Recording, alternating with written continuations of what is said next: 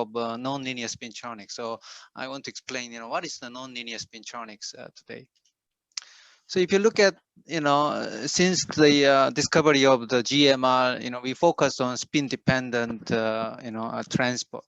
And recently, this so-called spin-orbitronics kind of boomed. Many interesting phenomena, were discovered. And one of the, central theme of those spin polarized, basically, current, spin current, namely. And whether we can utilize so-called this nonlinear transport.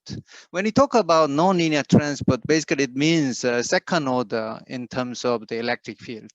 If you look at the first term, basically this is our basic, Ohm's law.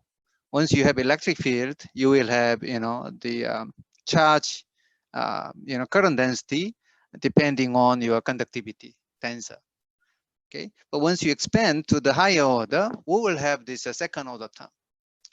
So this will give very interesting even application opportunities, which I'm going to introduce at the end of my talk. So why is the nonlinear effect interesting? If you look at our most of the application is all based on nonlinear basically behavior. For example, if you look at the diode PN junction, is very nonlinear in terms of voltage and current relationship. If you look at transistor, basically it's similar, and a lot of microwave RF applications are based on basically nonlinear transport, as you can see many of these books. If you look at now optics, nonlinear optics is everywhere. Basically, if you want to make a new color, for example, when you buy this, green laser pointer, it basically uses frequency doubling. So that is a nonlinear optics application, like pulsing, spectroscopy, even in telecommunication, some signal processing and sensors. We use nonlinear optics, very widely. But however, if you look at spintronics, this nonlinear term is not very widely explored. So that's what I'm going to talk about today. So we interested in this nonlinear transport in non-centrosymmetric spin-orbit coupled system. For example, if you look at this so-called three-dimensional topological insulator, one of the prototypical materials is bismuth alunite. It has this interesting surface, sort of surface state, which support interesting spin texture.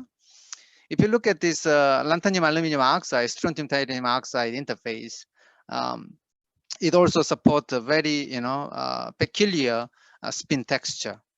We typically, name it as a Lashba Edelstein effect.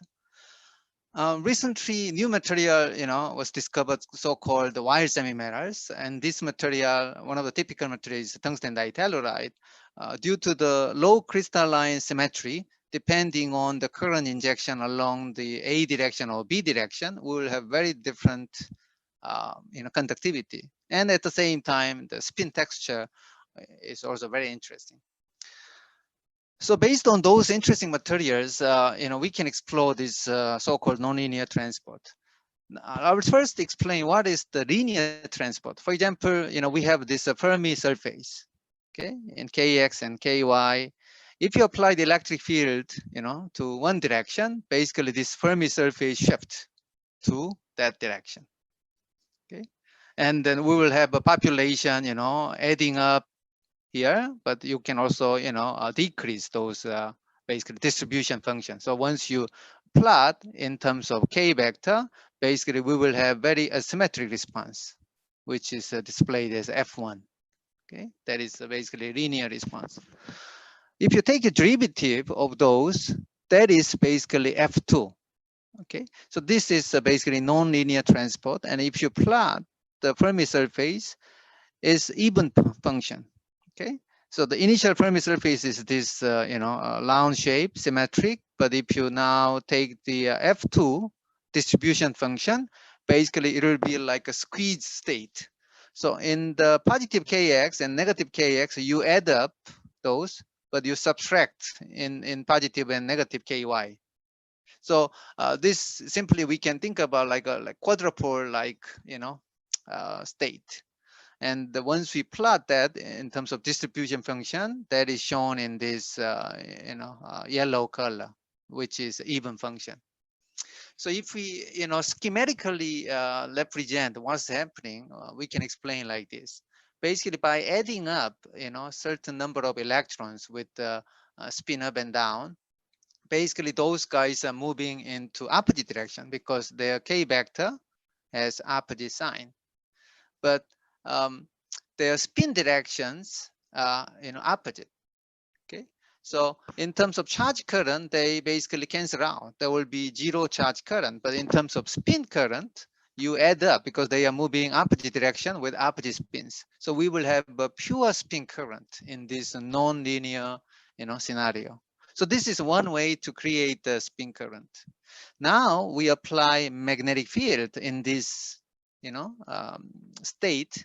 So depending on the magnetic field, for example, once we apply the magnetic field in this direction, we will support, a certain type of spins selectively. If we apply, magnetic field opposite direction, we support, the other spins. So then you break this symmetry, then even the charge current, will be, there will be net charge current. So this, is measurable basically. So that is basically, non-linear transport, which is the second order term in this equation. So if you look at in terms of the, Fermi shape, basically initially is like this with the, hexagonal warped topological insulator surface. But once you apply the magnetic field along this, y direction, orthogonal to the charge current direction, basically you distort in this way. So this will, basically break the symmetry and then generate charge current. So how do we measure those? Basically, we can, apply charge current in a whole bar device. Then we know once you apply the current, there will be a supported spin direction, which is typically right angle, from this electron momentum direction. So that's why we call it spin momentum locking. Then once we apply the magnetic field along the in plane and rotate, when the magnetic field is aligned with the supported spin direction, basically we will have the high resistance. So that is shown here. If you look at the red curve, which is the second harmonic measurement, we can see at angle of 90 degrees, we have the highest resistance. So that means our field is aligned with this supported spin direction, and we'll have a minimum when the field is opposite to this spin direction. But on the other hand, if you look at the ordinary resistance, which is measurable by the omega, the first harmonic, you can see 90 degree and 270 degree, we have an equal, magnitude. So that means basically the ordinary resistance like AMR, like measurement, cannot distinguish when the magnetic field is along the same direction or opposite direction to this supported spin texture. So basically it shows once we rotate magnetic fields along this interesting, central symmetric materials, we can measure in-plane spin texture. This is current induced effect. This behavior is basically proportional to the amount of current we inject, because once we inject more current, basically we generate more spin current. So the behavior, should be proportional to each other. Also, if you apply larger magnetic field, basically it's like a G-man effect. You support one particular spin even more. So you populate more and more spins. So this second harmonic behavior is also proportional to the intensity of magnetic field. So we named in that region bilinear in both current and magnetic field, magnetoelectric resistance, BMR in short. As I mentioned, if you do very simple Taylor expansion, the resistance can be, written by this current independent term plus current dependent nonlinear resistance. So by just simply applying the sinusoidal input, and then you do very simple derivation, and we can have three terms basically. The first one is DC rectified, term. So later on, I will show you even this phenomena can be utilized as energy harvesting. Once you supply the omega signal coming from even environment, like Wi-Fi signal, for example, using this behavior, you can get DC voltage. Second term is, oh, sorry, the first term is the omega term. Sorry, this is the conventional, the linear resistance. The second term is the selectified DC term, and the last term is this 2 omega term. And if you look at the coefficient, basically we have this R prime, and R prime is the basically this nonlinear resistance. So by just simply measuring the second harmonic signal, we can deduce, this R prime term, which is basically nonlinear resistance. So in conclusion, if you measure the junction voltage, we will have always this linear resistance, V equal IR, typical Ohm's law. On top of that, there should be I square R prime term. Okay, so that is basically a nonlinear term, and voltage with the scale quadratically with current. Oh, we can also expand to the out of plane direction. Now we apply the magnetic field, out of plane direction and rotate in this plane. And when the applied magnetic field aligned with the supported spin direction, we will have maximum. So in this particular example device, we apply the current along the K prime direction.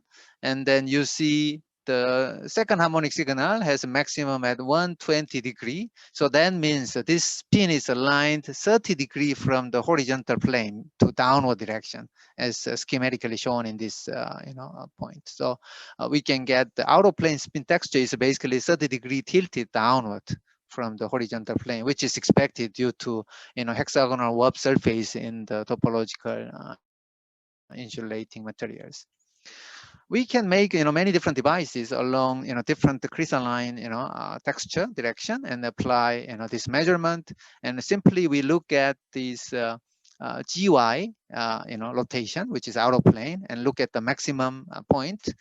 We can find what is the out of plane tilting angle of this spin texture. So by repeating those measurements in many different devices, we plot those in every 15 degree. And you can see we have a very nice threefold spin canting angle. And this exactly match with the, the spin texture from the RPS measurement. So basically we show this nonlinear transport, can give rise, basically map out the three-dimensional spin texture. And this is a, very simple electrical measurement in a single layer devices. We can, expand these to, different materials. Like as I mentioned, this strengthened titanium oxide. At the interface, once we do some argon bombardment due to the oxygen vacancy, we can also make a two-dimensional electron gas, with a very high electron density. And also we can expect, it should have, very particular spin texture. So we apply the same measurement. We can pattern the device, into different crystalline direction, and then apply magnetic field along the in-plane direction, also out-of-plane direction, and so on. And by summarizing those data, also we can, find out the out-of-plane spin canting angle is about 24 degree, and we have a threefold, basically symmetry. If you look at the electronic structure of this particular, 111 plane, basically we have six-fold symmetry. But however, if we look at the spin, symmetry, we have threefold symmetry. So once we reconstruct those in-plane and out-of-plane spin texture, you can see in-plane is basically, very similar to what we, understand from the Lashiba, picture. So basically, the supported spin direction is orthogonal to this momentum direction. We know those. We've been knowing, for a long time. But however, if you look at now this outer plane one, we can see it's very similar to topological insulator. You have, like down, up, down, up, down, up. It is threefold symmetry, which is kind of unexpected in a conventional, Lashiba knowledge. But however, we found this outer plane, spin texture from this very well-known strontium titanium oxide interface. Another advantage of this material, is dielectric constant is huge. So you can easily apply, gate voltage and then tune basically the electron carrier concentration. So by applying different gate bias, and we can repeat this nonlinear transport measurement, BMR, then we can to summarize those data, and you can see at different gate bias the magnitude of this second harmonic coefficient scale more than 10 times. And we try to look at temperature dependence and compare with the mobility, and as you can see, there is strong correlation. And also we made many different samples with the different amount of argon bombardment, so which can tune the basically electron carrier concentration. And then we found there is strong relationship inversely scaling with the carrier concentration minus 3 third order. So basically the conclusion is this nonlinear effect has a strong correlation with the carrier concentration and as well as the conductivity, basically, which I'm going to show you later on. Okay, so we can also apply to now Weyl semimetals.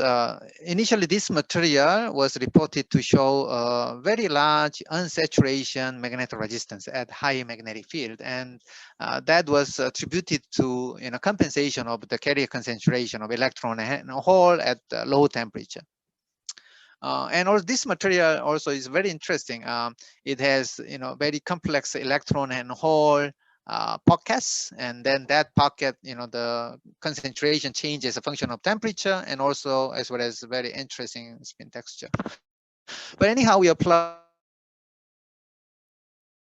our BMR measurement in this material, and then we can see nice 2 omega measurement, and then we see the maximum minimum happen 90 and 270. That indicate your spin texture is basically orthogonal to your momentum direction of electron.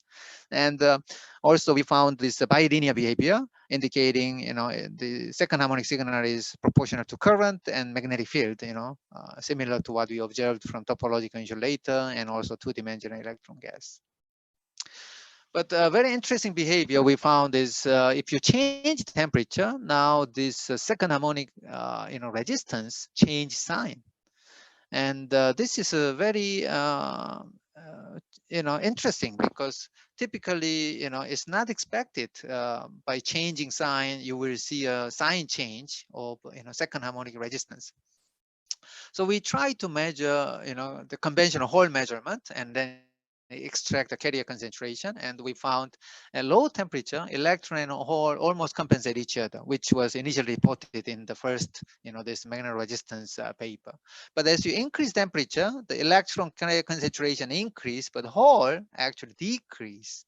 So at room temperature, you have a huge deviation between those two carrier concentrations. So at room temperature basically is a highly electron dominant transport, which was reported by previous measurements. So if you look at this the graph at low temperature, this is electron pocket and this is Hall pocket, is very similar magnitude. But as you increase temperature, electron pocket grows, but that of Hall sort of shrinks. So we see huge difference, and then basically at higher temperature is more electron dominant. So we try to understand our observation also using theoretical calculation, and then we also found once you change temperature, basically we change this Fermi energy. So that is shown basically in this measurement. So by applying a large temperature, initial Fermi energy is here, but we shift up those the Fermi level. So at the higher temperature, at this particular Fermi energy, we also only have dominant electrons, and hole is below those Fermi energy. So we can mimic those experimental data by this simulation. So if you look at here at low temperature, when the Fermi energy is here close to zero, we have positive this second order, transport coefficient. But as we increase temperature, the Fermi energy also increase. But if you look at this particular Fermi energy, you can see this nonlinear coefficient is basically negative, which we're able to, be simulated by this theory. And then we found once we cut, this at particular energy surface at the low Fermi energy state, we have this basically like concave, like Fermi topology, Fermi surface. But as we increase the temperature and we look at, in the middle of this point, and then we see this is like a convex, like Fermi topology. So basically, it is connected with the effective mass also, because this curvature has a strong correlation with the effective mass. But anyhow, also, our theory collaborator were able to, calculate depending on the crystalline symmetry along the A direction or along the B direction. We have very different temperature, response of this second harmonic nonlinear transport. And by experiment, as you can see, this is A direction, which is very similar to this, and then B direction is this guy, and there is strong correlation with the theory. So basically, we were able to match those crystalline anisotropy of bilinear magnetic resistance in our experiment. Now we can think about, so far I talked about the non-linear longitudinal measurement, basically. So we apply, electric field, and then the voltage probe is along the same direction. We can also measure, whole direction and repeat, exactly same non-linear transport. And once we do this, we found now the maximum happen at 180 degree. Which means a magnetic field should be now, be along, aligned with the charge current direction of measurement. So which is 90 degree, phase shift from the previous longitudinal measurement. So we name this one nonlinear planar Hall effect. And if we look at the magnitude of those nonlinear Hall signal, basically is proportional to current and proportional to magnetic field. So it has a bilinear, feature as well. So how do we understand? This is our unified picture of a nonlinear transport. So once we have this, electric field, as I mentioned, then depending on the magnetic field direction, we can distort this Fermi surface into different direction. For example, if we apply the magnetic field orthogonal to the electric field direction, basically we only, support particular, spin direction, which is opposite to magnetic field. So the Fermi surface will be distorted, along the electric field direction in this case. Okay, so that is basically the longitudinal transport I've shown earlier. In short, this bilinear magnetic resistance. Now, if I apply the magnetic field along the electric field direction, basically I only support the opposite spin direction, and this according to the spin texture, I only distort this y spin. So if you look at this positive y, it's not supported, but if you look at this negative y, is opposite to magnetic field, so I support basically. So the Fermi surface distortion will happen mostly along the y direction, as you can see here. Okay, so then the corresponding, modified, charge current will be along the y direction in this case. So that's why I can see the voltage, developed along the y direction in this case. So in order to see this, longitudinal response, I need to apply magnetic field orthogonal to the electric field. But if I want to see the nonlinear planar Hall response, I need to apply the magnetic field along the E field direction. And accordingly, we will have this 90-degree phase shift because the supported spin is exactly, 90-degree, off from this BMR to nonlinear planar Hall measurements. So we repeated this nonlinear planar Hall measurement in various materials, bismuth-selenide, strontium titanium oxide, then normalize those value, and we see a huge response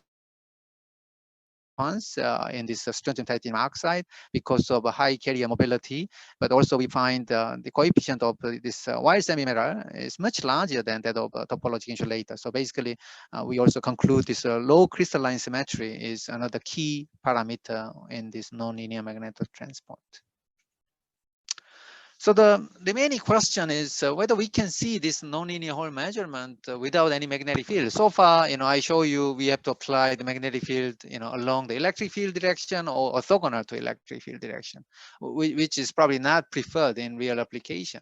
As I mentioned, if I just repeat this whole, voltage using the Taylor expansion, we have three terms. First one, we have omega term, V omega. Second term is the DC term, and basically this is a rectified term. Which can be utilized for energy harvesting. Last term is a 2 omega term, and that can be even utilized for frequency doubling application. So we need this phenomena without magnetic field. So initially, theoretically, 2015, the Liang Fu group, proposed if you have a very curvature dipole, BCD, you can have this nonlinear Hall measurement without any magnetic field. So that is predicted. And then experimentally, 2019, two groups independently measured those effects from tungsten ditelluride. And then they attributed this measurement, basically nonlinear Hall measurement without any magnetic field to very curvature dipole. Unfortunately, the measurement, effect, only exists up to 100 Kelvin in both cases. So obviously, it's far from real application. So we try to utilize, another materials called the tantalum iridium Te4. This material is like a hydrogen-like example in Weyl semimetals with the least, number of Weyl nodes. So it's a simplest form in Weyl semimetals. And we thought, the behavior should be strongest and should maybe, sustain up to room temperature. So in fact, when we do temperature-dependent measurement at low temperature, we see this second harmonic, very strong nonlinear Hall. But as we increase temperature, actually the signal decay. But as we keep changing at room temperature, we see a sign inversion, and then effect is even stronger than that of the low temperature. So utilizing this effect at room temperature, basically it indicates it has a very strong, Hall component. So we oscillate using, we use a Wi-Fi antenna. Then we oscillate along the, for example, A direction, and then we measure, along the B direction. That is, basically rectify the Hall signal. So we show, it can give really wireless RF rectification effect at zero, external bias and zero magnetic field. Okay, so this is the last slide. The other one, possibly we can also think about like a frequency doubling. Okay, and so in this case we use bismuth selenide, very simple, our very typical device, and we measure this even at zero magnetic field, and then we were able to see clear non-linear signal even up to room temperature. And according to this C3V symmetry of the crystalline arrangement, in this material, very curvature dipole should be zero, theoretically. And then, how can you, find this nonlinear Hall measurement data at this material? So then we, attributed this measurement to skew scattering originated nonlinear effect. So as a summary, I'm not gonna, go read all those. Basically, we propose this so-called, bilinear magnetoelectric resistance, as a new MR behavior, which can be used to prove a spin, texture in 3D. And this can be extended to a nonlinear Hall configuration with magnetic field. But eventually, all those nonlinear transport can happen without even magnetic field. And then, we can use this for like energy harvesting and even, frequency doubling. So I want to thank many of excellent my theory collaborators, and also two important guys who contributed mostly to those data I showed you, and then some other group members. Okay, thank you very much.